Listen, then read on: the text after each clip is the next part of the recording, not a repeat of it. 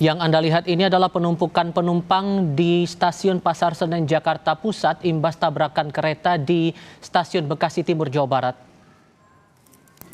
Sejumlah jadwal keberangkatan kereta ditunda karena jalur di Bekasi Timur menuju Cikarang belum dapat dilintasi.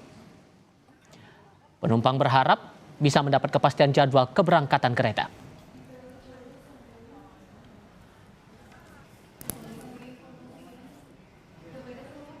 Jam 8.55 ya Teh ya? Iya. Iya. Belum sampai jam 9:30, 10. Nggak tahu lah. Tahu. Masih nunggu. Nah ini kalau andaikan nanti ada pembatalan gimana?